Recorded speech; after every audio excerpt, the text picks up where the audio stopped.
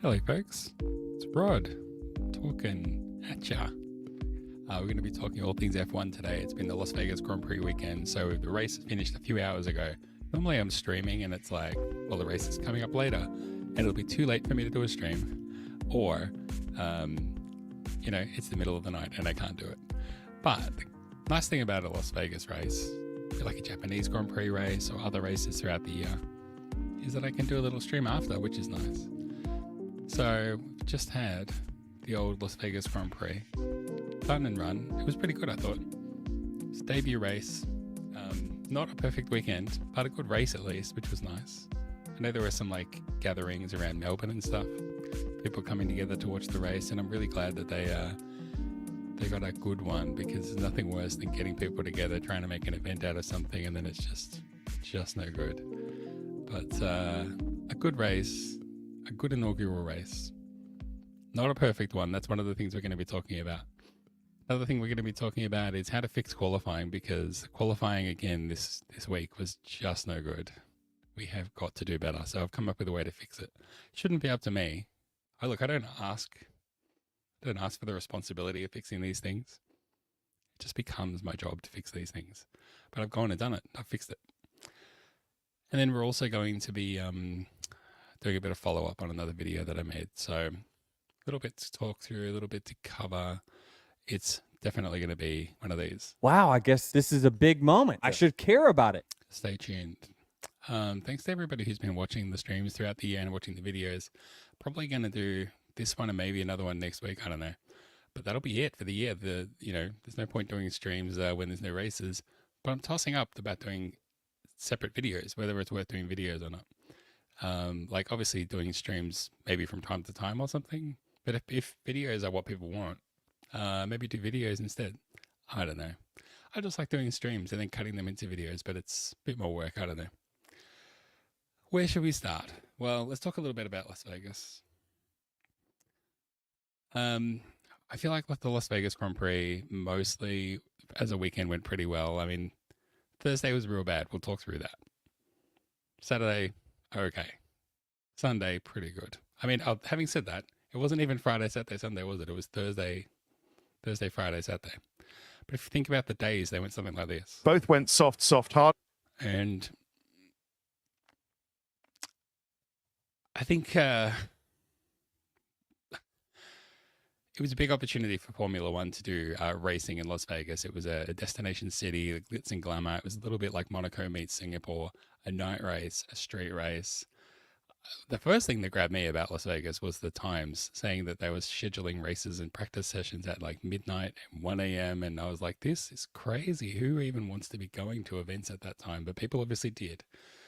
But a long time ago, when Las Vegas started to appear as a reality, like it was going to happen, there was a lot of hype about having an F1 race on the Strip, and F1 was investing so much money, and it was going to be crazy. It was going to be a huge party. Then the first thing I remember that was on the negative side was ticket prices, and people were saying, we cannot be having these ticket prices. They are really crazy. One of the problems that we first started hearing about was the ticket prices here are more expensive than anywhere else in the world. It's one of the most expensive Grand Prix to go to, period, just to get a ticket. The F1 account and the Las Vegas event account started to respond to some of the backlash that was popping up on social media saying, look, we had lots of tickets that were more affordable. They all sold out. It's like, well, why didn't you have more? And it sounded a little bit like an excuse. You can get a ticket for a few $100.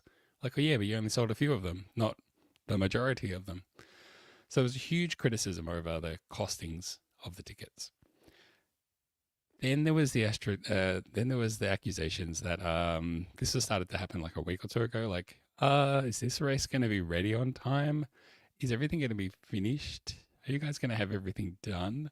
There are a lot of doubters saying, look, I think they might have everything done, but it's going to be close. This is very much Russian Olympics concern about things not being finished on time. From all reports, everything was fine and everything was finished, except for one notable thing, which we'll get to next. But there was this weird combination of hype and just weirdness, things that just didn't seem right. So there were a few things not going right. Tickets, are they even going to have everything finished? On the plus side, we're on the strip. We're driving past all the casinos. There's the Sphere, of course. Everyone's been making such a big thing about the Sphere. One of the things they didn't finish, though, is, the track, it seems. The ground. They didn't get around to finishing the ground. So you probably know. F1 stewards want to waive Sainz Vegas grid penalty, but can't. So poor old Carlos Sainz takes off for his first lap around this new Grand Prix. Everyone's settling in after all of the conjecture, all of the fear. We won't even get to do this race. It costs us an absolute arm and a leg. People have removed parts of their body and sold them on the black market through, on the Silk Road to try and get to this damn race. But here we go. Let's settle in for practice one. They go out for a couple of minutes. Carlos Sainz hits a drain, a manhole, wrecks his car. It's absolutely screwed. I mean, the car was bad. The car is bad, we know. Please drive it. Well, he couldn't drive it because it was so bad. And it just ruined the day in so many ways because, number one, Carlos Sainz's car was wrecked. Now, they had to replace a whole bunch of bits on his car. I think he had to replace his whole power unit. And as a result, he got a penalty. And he said, well, wait a second. This is your track. This is your surface. That was your manhole that wrecked my car.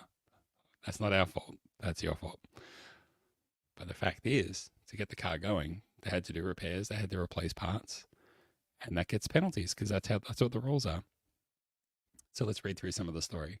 Carlos Sainz faces a minimum 10-place grid penalty for Formula One's inaugural Las Vegas Grand Prix.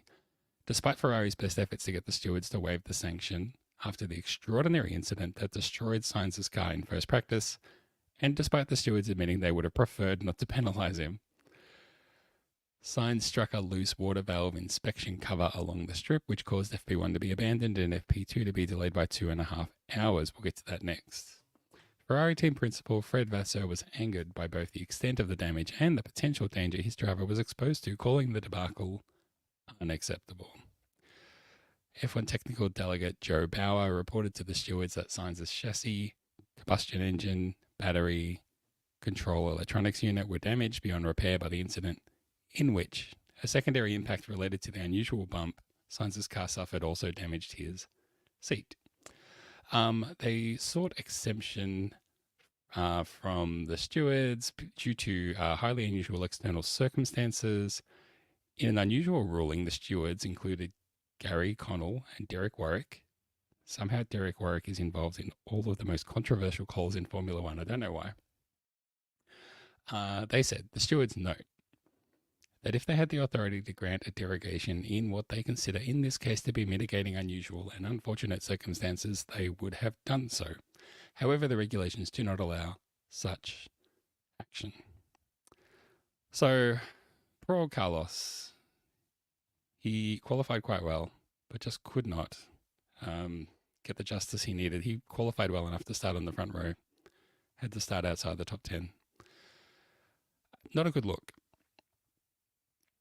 The other problem, aside from the damage inflicted to Sainz and Ferrari and the FIA and the stewards' reputation, was what to do for that day, because obviously they had to repair the track and get things running again.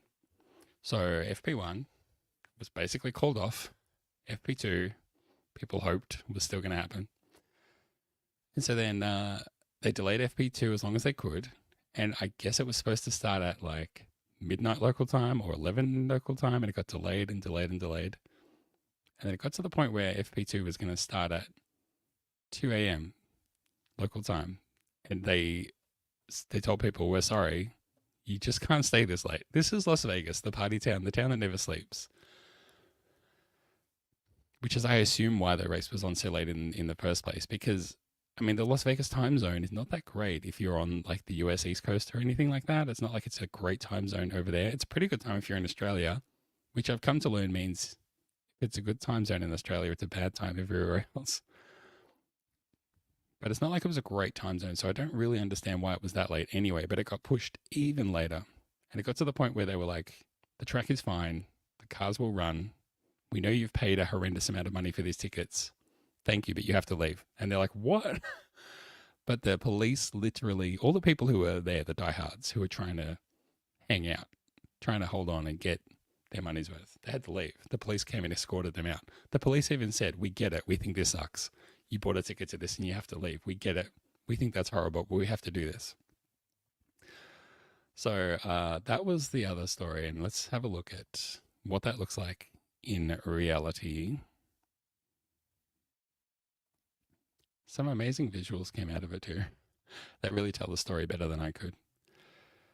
Kicked out, Las Vegas Formula One fans offered $200 voucher, no refunds or apologies. After hearing about the ordeal, Max Verstappen said he would tear the whole place down if he were a fan. Noteworthy, Max Verstappen didn't tear the whole place down, so breaking here confirmed Max Verstappen not an F1 fan. Spicy stuff.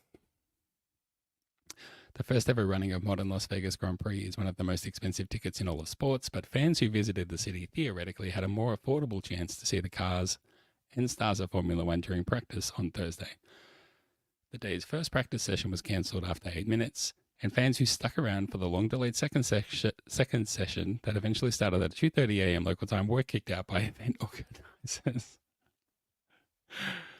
Fans with a ticket only to Thursday's running were not given a refund by organisers, just a $200 voucher to the event shop. 3-day ticket holders didn't even get that. A lengthy joint statement includes no apologies to fans at the track, something that Motorsports' John Noble notes may be a form of legal protection against a future lawsuit. Well, yeah, of course. So if you bought a 3-day ticket, the thinking was, we're very sorry that you didn't get any action on Thursday, but you still got the action on Friday and Saturday, being qualifying in the race to look forward to. But if you only bought a ticket to the Thursday free practice sessions, and there was literally only a couple of minutes worth of action you got to see, you got a $200 ticket. Now that's at the event shop, so presumably you're going and buying Gunther Steiner mug, Christian Horner tie, that kind of stuff. Toto Wolff breath mint, all that stuff, all that overpriced stuff at the $200. Like $200 doesn't get you much.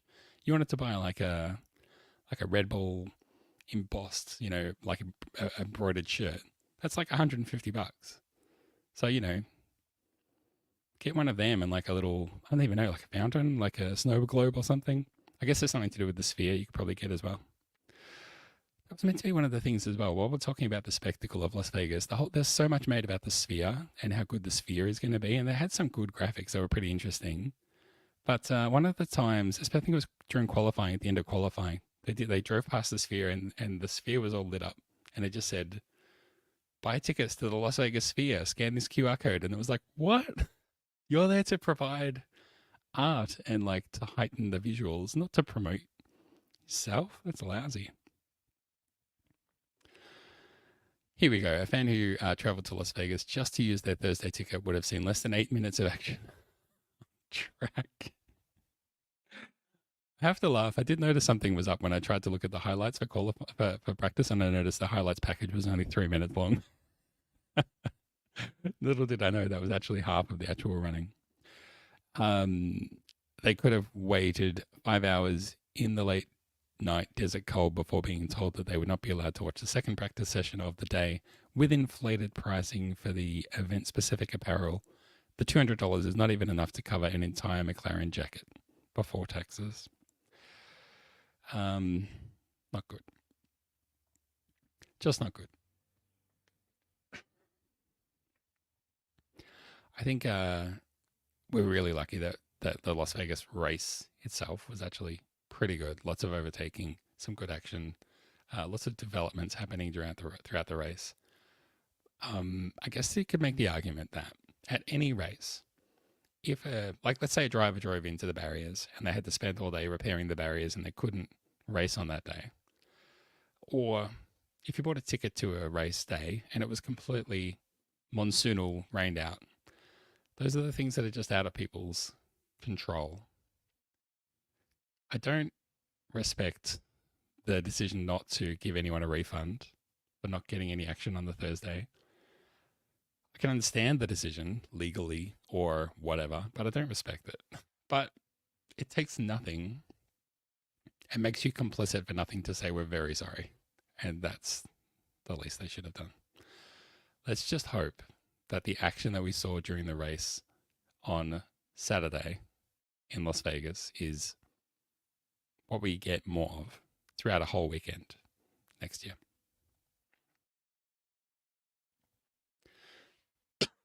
Two more things that I want to cover.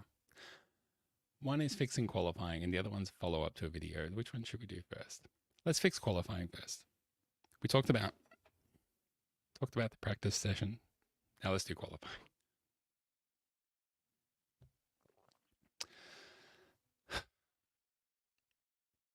So I did notice at the Las Vegas Grand Prix weekend. Let me turn off this banner. Hide. I did notice during the Las Vegas Grand Prix weekend that the problems of qualifying old had revisited the track. So to catch you up to speed on what's been happening with the qualifying situation, because it's been getting worse and worse. First of all, to fix the problem that we have in qualifying where drivers would slow down and bunch up the grid too much, the FIA and FOM, I guess FIA, imposed a minimum lap time to prevent cars from going super slow and backing up the pack. So they couldn't go slow when they were on track. So what did they do then? Then they would use the buffer of the pit lane, which is not included in as being on the track and setting a lap time. They would use the buffer of the pit lane as a way of finding a gap and slotting into a nice little gap so that they could not be too close to the car ahead of them. That was the whole thing. They said they needed 5 to 6 seconds or 4 to 6 seconds of gap between a car and them to be able to set a clean lap time. So what they would do is pull out into the pit lane and then stop at the end of the pit lane and wait until there was a gap and then they would go. So really all they had done is moved the problem that was happening on the track into the pit lane. And the drivers were justifying it, saying, look, we need this. We just can't perform without having this kind of buffer. But also, if you've got to do it somewhere, you may as well do it in the pit lane. It's the safest place to do it, where we're doing, some of us are not moving at all. When we are moving, we're doing the very smallest speed possible. We may as well do it there instead of on the track. But they still didn't like that. So they've been trying to tweak the rules, and now they've gone back. Well, not that they've gone back, but I did notice this week during qualifying, more bunching up of the grid, more going slow. Things are just not working. This whole thing, I don't know. Somehow we've had this qualifying format for ages. It feels like a decade. All of a sudden, it's broken and not working. No one can work out how to do it. So we've got to fix something. We've got to make some changes. They're already sort of fiddling around the edges of the rules, trying to find a solution. So what are we going to do? For me, there's two things we could do.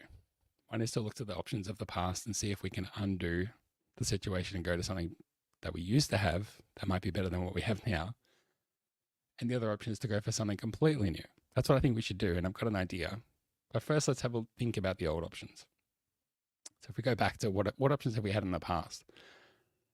The last big change that we had to qualifying was a sprint race. So there was a sprint race that set the order for the race. So what are the pros and cons for that? First of all, in the cons, sprint race to set the race order is bullshit. Let's not do that. We can't do that for a couple of reasons. Number one, we don't have sprint races at every race. So we can't use sprint races to set the race order as a permanent fix to qualifying. It just doesn't work. People hate sprint races. They're already messing around with sprint races. They're actually trying to turn the sprint races into a sprint mini championship, which nobody wants. No one cares about. It's hard to get the drivers to care about it. Reportedly, people are saying, well, what if it was a sponsored thing and the winner of the sprint championship won $1 million? And then you look at these drivers that are earning $20, $30 million a year, and they're like, well, what's another one? And then there's these like $1 million fines that the FIA can now impose. Like, well, I don't know. Is that the incentive? You win back. You get fined $1 million in the incentive to win the sprint championship is you win it back. I just don't know. Feels like double or nothing to me. I think the future of sprint races is looking really dodgy. So it's not a long-term solution to the qualifying problem. That's for sure. Elimination qualifying we used to have. One of the stupidest changes we ever made to qualifying as a format. I got credited by the FAA one of the years, for 2 years, when I was covering the Australian Grand Prix. Got to pretend I was in the press. One of those years was the elimination qualifying format. I remember at the gaggle, I got to ask Jensen Button what he thought of it before it happened. And he said, we're so slow. He was driving for McLaren. He was like, we're so slow. We need every bit of help we can. So if this gives us any option, then I love it. But then it happened and no one loved it. And remember we had to do it a few more times because they couldn't just undo the rules. It took them a while to change the rules back. God, that was stupid. No one liked elimination qualifying. Then we go back even further. This is the one that I've been pushing for the most until recently. One hot lap qualifying. Single hot lap. So you go in reverse race order or championship order, whatever you want. Slowest to fastest. Every driver does an out lap, hot lap, in lap. That's their chance. If they stuff it up, they stuff it up. Too bad. There's no blocking. Everybody gets an opportunity. You go in little sets of 5. I think they used to do sets of 5 cars and then have a commercial break.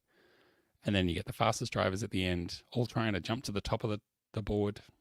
Lots of pros, only a few cons. One of the good things about one hot lap was that it was there was an opportunity for it to be like mixed track conditions. The sun might come out, it might rain or drizzle a little bit. You'd get a few opportunities where there would be a bit of a grid mixing. And it was unfair, but it was what people have been wanting, which is like a little bit of excitement and variation. So I know Fernando Alonso lately has been coming out too saying, all these problems we have in qualifying, they will go away if we do hot lap. Do one hot lap like we used to. I think part of the thing I like about it the most is that when my Formula One interest was really taking hold, we were doing single hot laps. So I have a fondness for it. Anyway, I'm not against it. That's not even what I'm pitching that we should change to, but I think it's not too bad. The last old option that we used to have, which I don't think we should go to either, but you have a sort of 1 hour free-for-all session where everybody can go out whenever they want, run whatever setup they want, and everybody just tries to set the fastest time. Lots of cons there.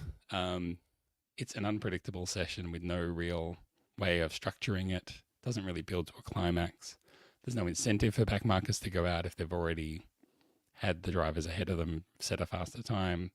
The action is really patchy. It's not good. Elimination qualifying is bad, but 1 hour free-for-all session is probably only slightly better. Still better. But they're the options. Or, and this is exciting to me, let's do something new. Let's think about this. Let's think about trying what I want to call two-phase qualifying. It's not too dissimilar to the current Q1, Q2, Q3 format, but with a few twists. But I think it solves a lot of the problems. So think about it like this. Maybe instead of Q1 and Q2, we have round 1A and round 1B. In round 1A, we have one driver from every team go out, and that driver out of the 2 drivers for the team, that would be a randomly selected driver. It would be a little bit shorter than the current Q1, but the idea would be the same. Everybody goes out for a set period of time, a certain number of minutes, and over that session, you try and set the fastest time you can. Maybe you do 2 runs or 3 runs. But at any one time, you would only have a maximum of 10 cars on the grid. So that seems to solve, for the most part, this idea of I can't get clear air, there's too many cars on the track, blah, blah, blah. Instead of having 20 cars, you've only got 10. So for round 1A, those 10 cars go out, They try and set the fastest time. The fastest 5 progress to round 2. The bottom 5 don't, and their times are recorded, and they will later slot into the grid in the order of the fastest time. So after round 1A, we have round 1B, which you may be already on the way to working out what that is, but it's a little bit like Q2, except instead of just a free for all, it's the other 10 drivers, 1 driver from every team. Out you go. Now you go and try and set a fast time. Again, maximum 10 cars on the grid. Again, the top 5 drivers will progress to round 2. The bottom 5 drivers will have their time locked in, their fastest time locked in, and that will determine their order in the grid. So after round 1A and 1B, the bottom 10 drivers will be set by the fastest lap time that they did. The next 10 will be determined by what happens in round 2. Round 2, the top 10 cars set their fastest lap time. This sets the starting order for the first 5 rows, very similar to the current Q3 setup. By this point, you've eliminated the 10 slowest cars, and the top 10 cars are fighting it out. Now, think about this. Think it through.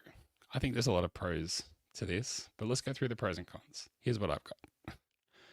Pros. There's a better chance of the midfield cars progressing into the top 10 than there currently is. Because currently there's 2 chances for them to be knocked out in Q1 and Q2. But depending on the day, depending on the session, depending on the track conditions, the weather, everything, there's a better chance for a midfield team being one of those top 5 cars than there currently is of one of the midfield or back market teams getting into the top 10, right? I've already said, but at any one time, there would be a maximum of 10 cars on the grid. So you don't have this sort of bunching up problem that we've got.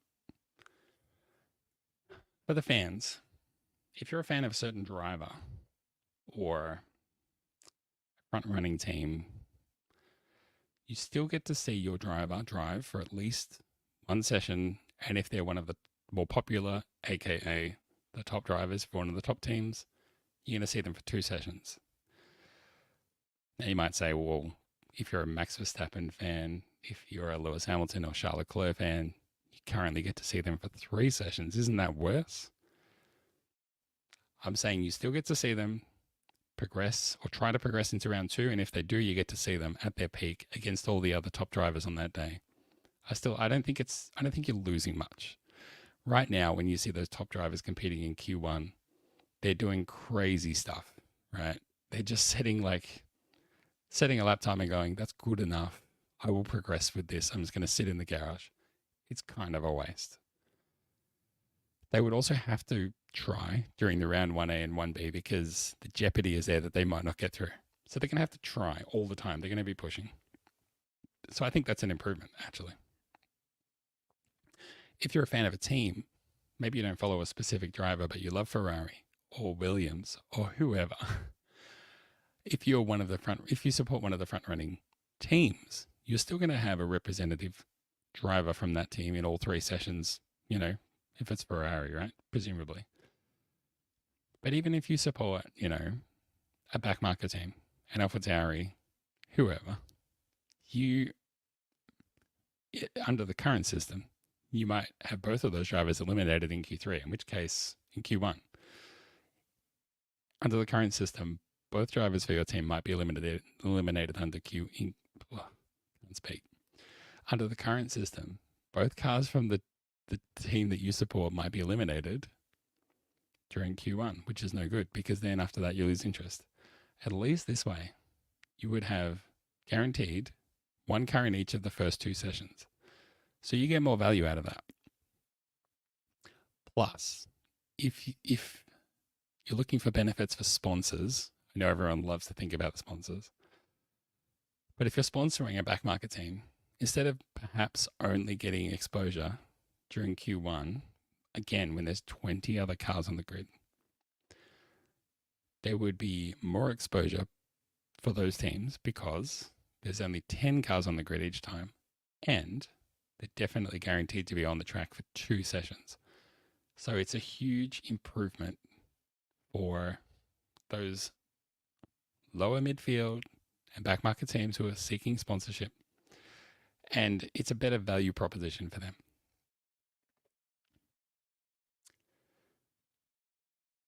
There's one other benefit that I want to get to, which is, currently there's this rule change from Pirelli mostly to say, like, during Q1, you're going to run hard tires. During Q2, you're going to run medium tires. During Q3, you're going to run soft tires.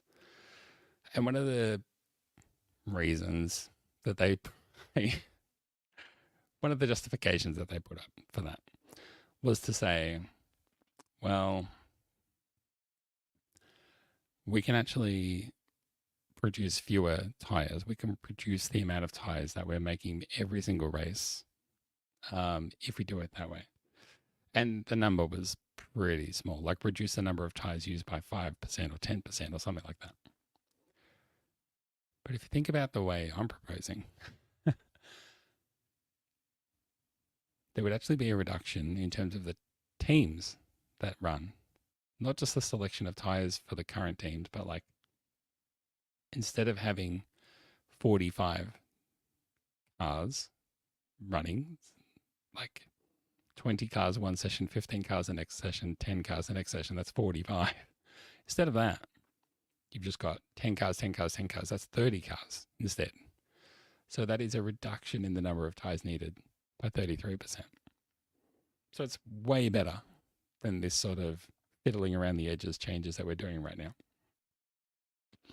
The last benefit, like I said, with the hot lap, the single hot lap, where potentially during the middle of a session, during the old hot lap days, if it started raining or it got cold or whatever, some people got the worst of the conditions and that would mix the grid up. Well, if you've got half the cars going out in one session and half the cars going out in another session, you get the same thing. It's this sort of natural, non-biased variation that spices things up a little bit. Not every time, but sometimes. Like again, I don't really see that as a negative. So I see a lot of positives there. I don't think there's any serious cons. I don't think there's any serious negatives to that plan. But maybe there's something I haven't thought of. Maybe you should tell me. I don't usually be like, hey, you should like and subscribe this video and leave a thing in the comments about whatever. But the comments are there. And if you want to leave me a comment about what one of the cons might be about that idea, let me know because I'd love to hear it. But I really think this 2-phase qualifying format would work so much better than basically every other option that we've gone through, old and current. So, look, I'm not saying that I should be put on the payroll, but I will accept a bonus.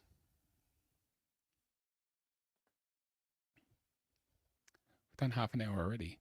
All right. One more thing to do. One more thing that I want to do. It's a little bit of follow-up. It's a little bit of something that I just wanted to check in on, give an update on. Basically, one of the last streams that I did recently, there was a little section about a controversy about Daniel Ricciardo's sexist, I don't know, attitudes. I don't think that I never meant to say that Daniel Ricciardo himself was a raging sexist. I think he's said and done some problematic things recently, but I've also said longer term, he's got some explanations for things that just don't hold water when you really scrutinize them. So I went into a lot of detail about that. I'm not going to recover all that ground now, but one of the interesting things that came up was the comments. So something is really popping off when you get lots of comments. So I thought one of the best ways to just sort of maybe deal with my thoughts about some of the issues that came up in the comments was to just read through them. So the video in question that I'm talking about is this one, Ricciardo's sexism controversy. Incendiary title, I know. That was deliberate, but sorry, not sorry. It's by Super License, obviously. If you didn't know that, that's us. If you want to go and watch that video, you can. There's 20 minutes here. I did cut it down into like a 2-minute short as well, just to cover the highlights, the beats of it, because I just think it's such an onslaught of evidence to support my case that it's just absurd to not. It's just absurd to dismiss it uncritically, but that's exactly what people did. Anyway, let's go through some of the comments and see what we can find in here. So this was one of the comments. Mandate, pun intended, lol, that every team must field 2 cars, one driver theoretically capable of bearing children and the other theoretically able to be forced to bear children, LMFAO. Yeah. I'm actually still, weeks later, not sure if this is a good faith or a bad faith comment. It doesn't sound so great. It sounds as though there's some sarcasm that I'm getting from that. Another comment. It's all about money. F1 is the most expensive sport, and for the most part, everybody involved are highly capable in their function, like pit crew handling a car in a few seconds. All that takes commitment. Regarding drivers, that commitment starts at an early age, progressing from karts to the other formulas till they finally reach F1. Despite being good drivers with a chance of performing well, if they don't have sponsors, no team will pick them up. So having women in F1 to please some people, no. Same way I will say no to brain surgeons with Parkinson's. Women like Michelle Moutin and Sabine Schmitz are more than welcome, but you don't see many of them around. This is one of those comments that's like, yeah, but why? Why is the question? And I'm trying to get to that next level down. Of course you don't want somebody who doesn't know how to drive a car, driving a car, and is no good. Nobody is saying that. And I never said that. What I want to do is dismantle some of the barriers that are artificially stopping women from participating. And the ones that are good enough, filtering up to the top.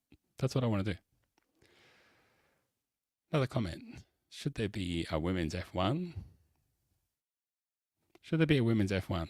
Like we have women's tennis and football and ... just about every other sport. If not, why not? Would splitting them into men's, women's serve to confirm the opinion that they are less good at the sport? If that's the case, then why do we split them up in every other sport? Perhaps if we didn't split the other sports, we'd end up with a funnel that only men come out at the end of. Would that be shocking and sexist?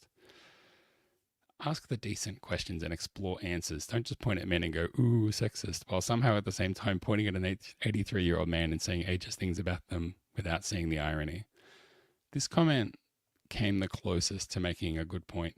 Not the first part, which is trash. The second part about, I said something along the lines of Sterling Moss, who said that women lack the mental fortitude to drive in Formula One. I called him a stupid old man, something like that. That's the closest this person came to making a good point by saying that I said something ageist. Yeah, fine. I'm not trying to solve the problem for every other sport, whether they should be split into men's and women's. I mean, that is a problematic situation. I think there's some cases where we shouldn't be doing that.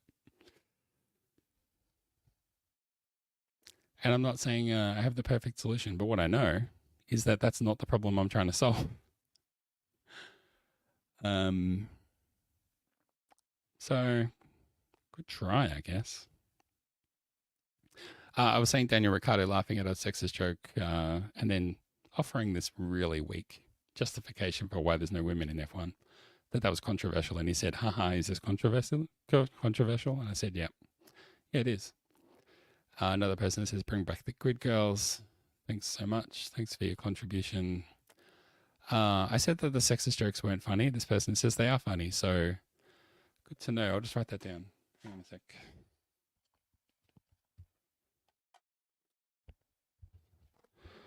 Sexist jokes. Funny. Thanks. I won't make that mistake again. I'll try harder next time. The sun is a star. Onions are gross. 2 things can be true at once. F1 definitely has a sexism problem. That's most likely true. There aren't women in F1 because of the funnel is also most likely true. I'd love to see women in F1, but for instance, at 28, it's extremely unlikely that the Aston Martin test driver could ever be the one. It's just all around it. Just all around it here. Two things can be true at once. F1 definitely has a sexism problem, but that isn't why F1 doesn't have more women drivers.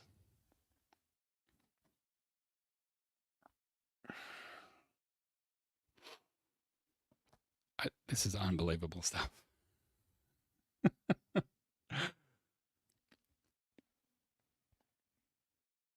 Surely, if you agree that F1 has a sexism problem, then you should be focused on that as a cause and saying we should be getting rid of that as a problem. Surely. And to say, yeah, F1's sexist, but that's not why there's no women drivers. It's because they're not good enough. I mean, the lack of self-awareness is unreal. Some of these had a little bit of back and forth in the comments. I don't really want to go into any of that. It's not worth it. I tried not to get into it really in the comments, but I mean, in any cases where there was something interesting to talk about, I tried to talk about it.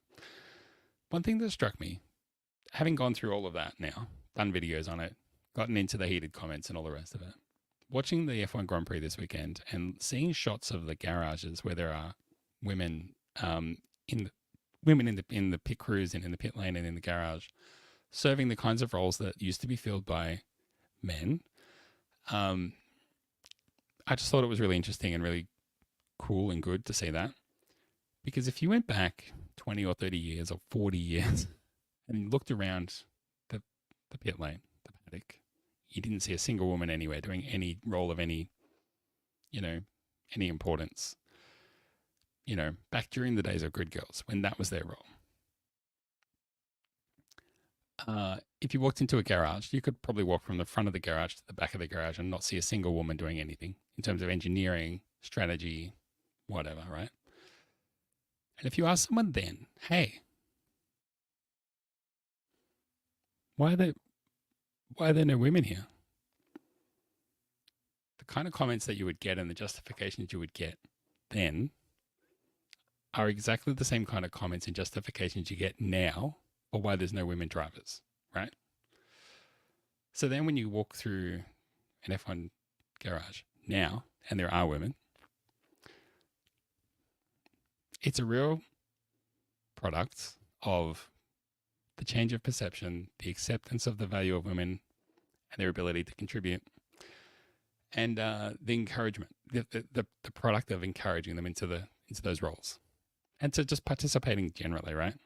Not in a way that's like, come and hold Sebastian Vettel's driver number. Come and actually do something. Come and strategize. Come and be an engineer on the car. Come and help us fix things and build things and whatever, right? So that has changed. That's a tacit, thing that we can point to and say, we've changed minds. We have made things better for women who want to be involved in motorsport at that level. All we have to do is keep going. So like I say, the same people who would point to garages 20 or 30 years ago when there were no women in there and say, oh, women can't do this job. This is a men's job. They're the same kind of things that are being said now about the driving. Men can't, driving is a man's job. Women can do this, women can do that, but they can't drive. It's fucking nonsense. On that note, this bit of good news popped up and I did want to share it. So for all the people who say, well, if there were good enough women drivers, why wouldn't they be in the sport? And then when they're in the sport, they're like, well, we don't want women in the sport because, the only reason they would be there is just to be a token thing. They're actually not really good enough to be there, but even if we let them drive, they wouldn't be good enough. So with that in mind, let's have a look at this. Historic race victory for all-female crew. Vindication girls can foot it with the boys. This is from a few weeks ago. The Iron Dames have become the first all-female crew to win an FIA World Endurance Championship race, vindicating one team owner's belief that men and women can compete equally in motorsport. In the final race of the GTE era, it was Sarah Bovey, Michelle Gadding, Rahel Fay, who claimed pole position in the 8 Hours of Bahrain before going on to win the endurance event Epic at the Sakir circuit. Blah, blah, blah, blah, blah. They drove very well. For Deborah Mayer, who founded the all-female team, it marked the culmination of more than 4 years of work to get to the top of the podium. What an incredible day for the Iron Dames. It's hard to put into words so much joy and emotion, said Deborah Mayer, who founded the all-female team. This first victory in the FAA World Endurance Championship is a very special moment to me because it gives full vindication to the project itself and to the passion, the dedication, the hard work of all the people within the team, both trackside and behind the scenes. I'd like to pay tribute to each and every one of them. This historic moment is theirs. It's a World Championship victory, but it's also a family victory.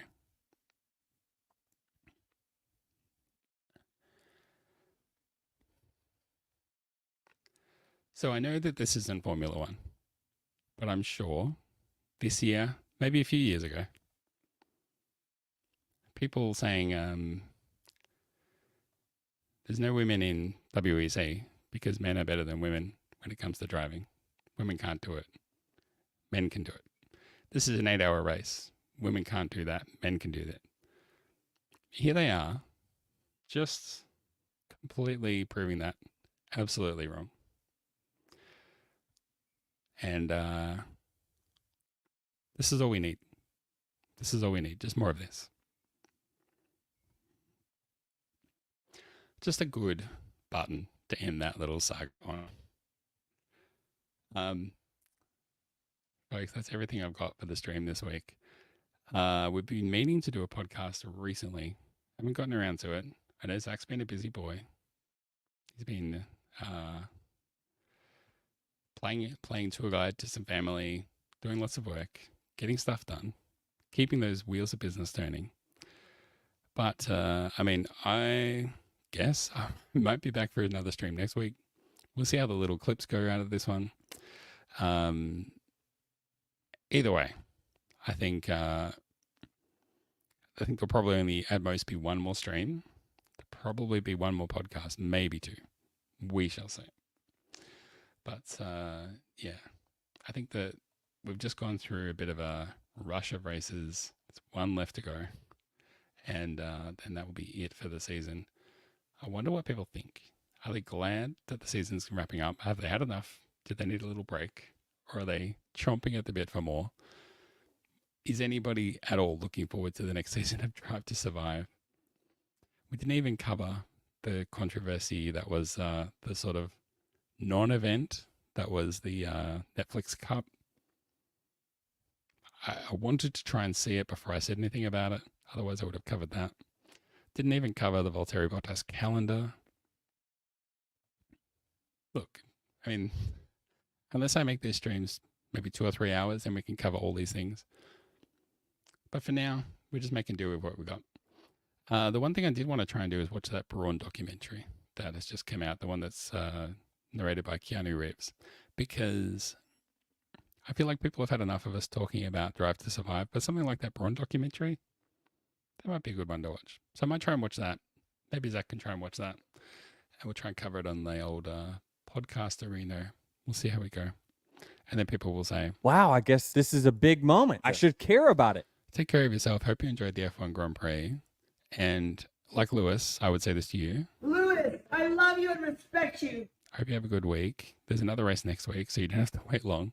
So there's no need to be I'm tripping major nutsack right now. doing anything like that. That's uncalled for. But take care of yourself. Talk to you again soon. Catch you for the next stream.